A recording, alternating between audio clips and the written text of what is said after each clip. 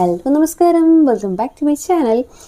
അപ്പോൾ ഈ ഒരു വീഡിയോയിൽ 2026 എന്തുകൊണ്ട് നിങ്ങൾ സ്വന്തമായിട്ടൊരു യൂട്യൂബ് ചാനൽ തുടങ്ങേണ്ടതായിട്ടുണ്ട് എന്നാണ് ഞാൻ പറയാനായിട്ട് പോകുന്നത്. ഇപ്പം നിങ്ങൾ ഈ ഒരു വീഡിയോ ഓപ്പൺ ആക്കിയിട്ടുണ്ടെങ്കിൽ തീർച്ചയായിട്ടും നിങ്ങളുടെ ഉള്ളിൽ എവിടെയോ അത്തരത്തിലൊരു യൂട്യൂബ് ചാനൽ സ്വന്തമായിട്ട് വേണമെന്നൊരു ആഗ്രഹം ഉള്ളത് കൊണ്ടാണല്ലോ നിങ്ങൾ ഈ ഒരു വീഡിയോ ഇപ്പോൾ കാണുന്നത്. അപ്പോൾ തീർച്ചയായിട്ടും അത്തരത്തിലുള്ള ആളുകളെ സ്വന്തമായിട്ട് ചാനൽ വേണമെന്ന ആഗ്രഹമുണ്ട്, പക്ഷേ അതിലേക്ക് എത്താൻ മടിച്ചു നിൽക്കുന്ന ആളുകൾക്ക് ഒരു സപ്പോർട്ട് എന്നുള്ള രീതിയിലാണ് ഞാനിപ്പോൾ ഒരു വീഡിയോ ചെയ്തിരിക്കുന്നത്. പക്ഷേ അതിൻ്റെ അർത്ഥം ഒരിക്കലും നിങ്ങൾ സ്റ്റുഡൻ്റ് ആണെങ്കിൽ, നിങ്ങളൊരു പ്രൊഫഷൻ ചൂസ് ചെയ്തിരിക്കുന്ന ഒരു വ്യക്തിയാണെന്നുണ്ടെങ്കിൽ നിങ്ങൾ അതൊക്കെ ഇട്ടെറിഞ്ഞ് അല്ലെങ്കിൽ അതിൽ നിന്നൊക്കെ മാറി നിന്നുകൊണ്ട് അതിൽ നിന്നൊക്കെ ഉഴപ്പിക്കൊണ്ട് നിങ്ങൾ ചാനൽ സ്റ്റാർട്ട് ചെയ്യണം, അങ്ങനെയൊന്നുമല്ല ഞാൻ ഉദ്ദേശിക്കുന്നത്. നിങ്ങൾ എന്താണ് ഓൾറെഡി ഇപ്പോൾ ഒരു കാര്യം ചെയ്തുകൊണ്ടിരിക്കുന്നവരാണെങ്കിൽ അത് തന്നെ ചെയ്തുകൊണ്ട്, അത് മെയിൻറ്റെയിൻ ചെയ്തുകൊണ്ട് അതിൻ്റെ കൂടെ നമുക്ക് എങ്ങനെ ഒരു യൂട്യൂബ് ചാനൽ കൊണ്ടുപോകാം. അല്ലാത്ത പക്ഷം നിങ്ങൾ പ്രത്യേകിച്ചൊന്നും ചെയ്യുന്നില്ല, അതേസമയം സ്വന്തമായിട്ടൊരു ഇൻകം വേണം, അല്ലെങ്കിൽ ഒരു എന്താ പറയുക, എന്തെങ്കിലും ഒരു കാര്യം പ്രൊഡക്റ്റീവായിട്ട് ചെയ്യണമെന്ന് ആഗ്രഹമുള്ള ആളാണെങ്കിൽ അത്തരത്തിലുള്ള ആളുകൾ എയിം ചെയ്തുകൊണ്ടാണ് ഞാൻ ഈ വീഡിയോ ചെയ്യുന്നതെന്ന് പ്രത്യേകം ഓർക്കുക കേട്ടോ. അപ്പോൾ നിങ്ങൾ 2026 ഒരു യൂട്യൂബ് ചാനൽ സ്വന്തമായിട്ട് സ്റ്റാർട്ട് ചെയ്യേണ്ടതിൻ്റെ ഒരു 5 റീസൺസാണ് ഞാൻ ഈ പറയാനായിട്ട് പോകുന്നത്. അപ്പോൾ വീഡിയോ സ്കിപ്പ് ചെയ്ത് കാണാം, അപ്പോഴാണ് നിങ്ങൾക്ക് കറക്റ്റായിട്ടൊരു ഐഡിയ കിട്ടുള്ളൂ. നിങ്ങൾക്ക് യൂട്യൂബിൽ നിന്നും എന്തൊക്കെ കിട്ടും, എന്തുകൊണ്ട് ഞാനൊരു ചാനൽ സ്റ്റാർട്ട് ചെയ്യണമെന്നൊരു ഐഡിയ നിങ്ങൾക്ക് പ്രോപ്പറായിട്ട് കിട്ടുള്ളൂ കേട്ടോ. ഇതിൽ ഫസ്റ്റ് പോയിൻ്റ് എന്ന് പറയുന്നത് മാസീവ് ഓഡിയൻസാണ്. ഇത്രേ ഉള്ളൂ. 253 കോടി എന്ന് പറയുന്നത് ചെറിയ സംഖ്യയാണ് അല്ലല്ലോ. അപ്പോൾ ആ ഒരു 253 കോടി ആളുകൾ ഉപയോഗിക്കുന്ന, നമ്മൾ മൊത്തത്തിൽ നോക്കിക്കഴിഞ്ഞാൽ സെക്കൻഡ് ലാർജസ്റ്റ് ആയിട്ടുള്ള സെർച്ച് എഞ്ചിനാണ് നമ്മുടെ യൂട്യൂബ് എന്നുള്ള കാര്യം നിങ്ങൾക്ക് എത്ര പേർക്ക് അറിയാം?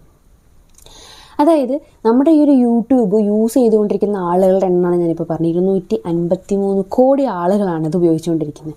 അപ്പോൾ അതുകൊണ്ട് തന്നെ ഇത്രയും പേര് ഉപയോഗിച്ചുകൊണ്ടിരിക്കുന്ന, ഇത്രയും പേര് കണ്ടുകൊണ്ടിരിക്കുന്ന ഒരു പ്ലാറ്റ്ഫോമിൽ വന്ന് നിങ്ങളുടെ കോണ്ടൻറ്റ്, അത് എന്ത് തന്നെ ആയിക്കോട്ടെ, ആ ഒരു കോണ്ടൻറ്റ് ഇഷ്ടപ്പെടുന്ന കുറച്ച് ആളുകളെ കണ്ടെത്തുക, അല്ലെങ്കിൽ കുറച്ച് ആളുകൾക്ക് ഇഷ്ടപ്പെടുന്ന ഒരു വിഷയത്തിനെ കുറിച്ച് നിങ്ങളുടെ ചാനലിൽ കൂടെ അവതരിപ്പിക്കുക എന്ന് പറയുന്നത് അത്രയ്ക്ക് ബുദ്ധിമുട്ടുള്ളൊരു കാര്യമാണോ? ഒരിക്കലുമല്ല. അപ്പോൾ അതുകൊണ്ട് തന്നെ ഏറ്റവും ഇമ്പോർട്ടൻ്റ് ആയിട്ടുള്ള ഒരു കാര്യം എന്ന് പറഞ്ഞാൽ എന്തുകൊണ്ട് ഇങ്ങനെ യൂട്യൂബ് ചാനൽ തുടങ്ങണമെന്ന് ചോദിച്ചിട്ടുണ്ടെങ്കിൽ അതിൻ്റെ കാരണം അത് തന്നെയാണ്. ഒത്തിരി പേര്, കോടിക്കണക്കിന് ആളുകൾ ഉപയോഗിക്കുന്ന ഈ ഒരു പ്ലാറ്റ്ഫോമിൽ നിങ്ങൾക്ക് നിങ്ങളുടേതായ ഒരു സ്ഥാനം കണ്ടുപിടിക്കുക എന്ന് പറയുന്നത് അത്ര ബുദ്ധിമുട്ടുള്ള കാര്യമൊന്നുമല്ല. അടുത്ത പോയിൻ്റ് എന്ന് പറയുന്നത് യൂട്യൂബിൻ്റെ മോണിറ്റൈസേഷൻ ഓപ്പർച്യൂണിറ്റീസാണ്. അതായത് നമുക്ക് പൈസ സമ്പാദിക്കാനുള്ള മാർഗ്ഗങ്ങൾ. അപ്പോൾ നമ്മുടെ യൂട്യൂബ് നമുക്ക് പ്രൊവൈഡ് ചെയ്യുന്ന മാർഗ്ഗങ്ങളെന്ന് പറയുമ്പോൾ ഗൂഗിൾ ആഡ്സെൻസ് വരുന്നുണ്ട്, അതേപോലെ തന്നെ അഫിലിയേറ്റ് മാർക്കറ്റിംഗ് വരുന്നുണ്ട്, സ്പോൺസർഷിപ്പ് പ്രോഗ്രാംസ് വരുന്നുണ്ട്.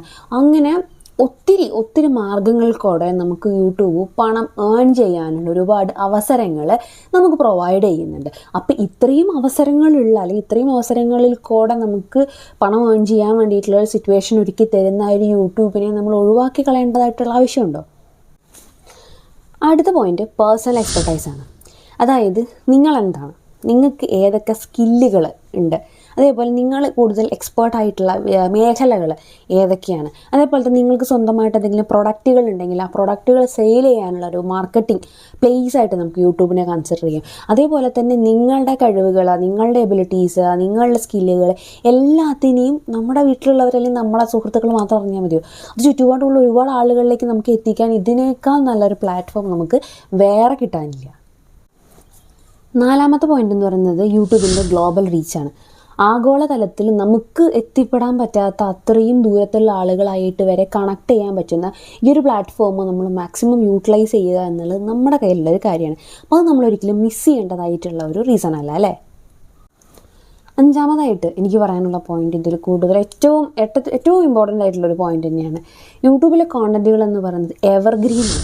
നിങ്ങളൊരു വീഡിയോ ഇട്ടിട്ടുണ്ടെന്നുണ്ടെങ്കിൽ അത് കുറച്ച് ദിവസം അല്ലെങ്കിൽ കുറച്ച് കാലം ഒന്നും റീച്ച് കിട്ടുന്നൊരു കാര്യമില്ല. അത് കുറേ കാലത്തോളം നമുക്ക് അത്രയും റീച്ച് കിട്ടുന്ന അത്രയും കാലത്തോളം നമുക്കതിന് ഇൻകം ഏൺ ചെയ്യാൻ പറ്റുന്ന ഒരു സിറ്റുവേഷനാണ്.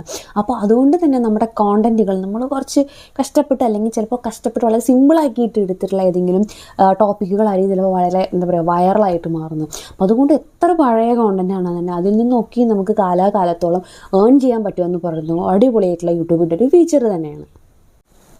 ഇത്രയും റീസൺസ് പോരെ നിങ്ങൾക്ക് സ്വന്തമായിട്ടൊരു ചാനൽ തുടങ്ങാൻ. 2026 ട്രെൻഡിങ് ആവാൻ പോകുന്ന കാറ്റഗറികൾ, പോപ്പുലറായിട്ടുള്ള മേഖലകൾ, ഇതൊക്കെ ഇൻക്ലൂഡ് ആക്കിക്കൊണ്ട് കംപ്ലീറ്റ് ഗൈഡ് ലൈൻ തരുന്ന ഒത്തിരി വീഡിയോസ് നമ്മുടെ ചാനലിൽ അപ്ലോഡ് ചെയ്യാൻ പോകുന്നുണ്ട്. അപ്പോൾ ആരെങ്കിലും ആദ്യമായിട്ടാണ് ചാനൽ കാണുന്നതെന്നുണ്ടെങ്കിൽ തീർച്ചയായിട്ടും സബ്സ്ക്രൈബ് ചെയ്യുക, സപ്പോർട്ട് ചെയ്യുക.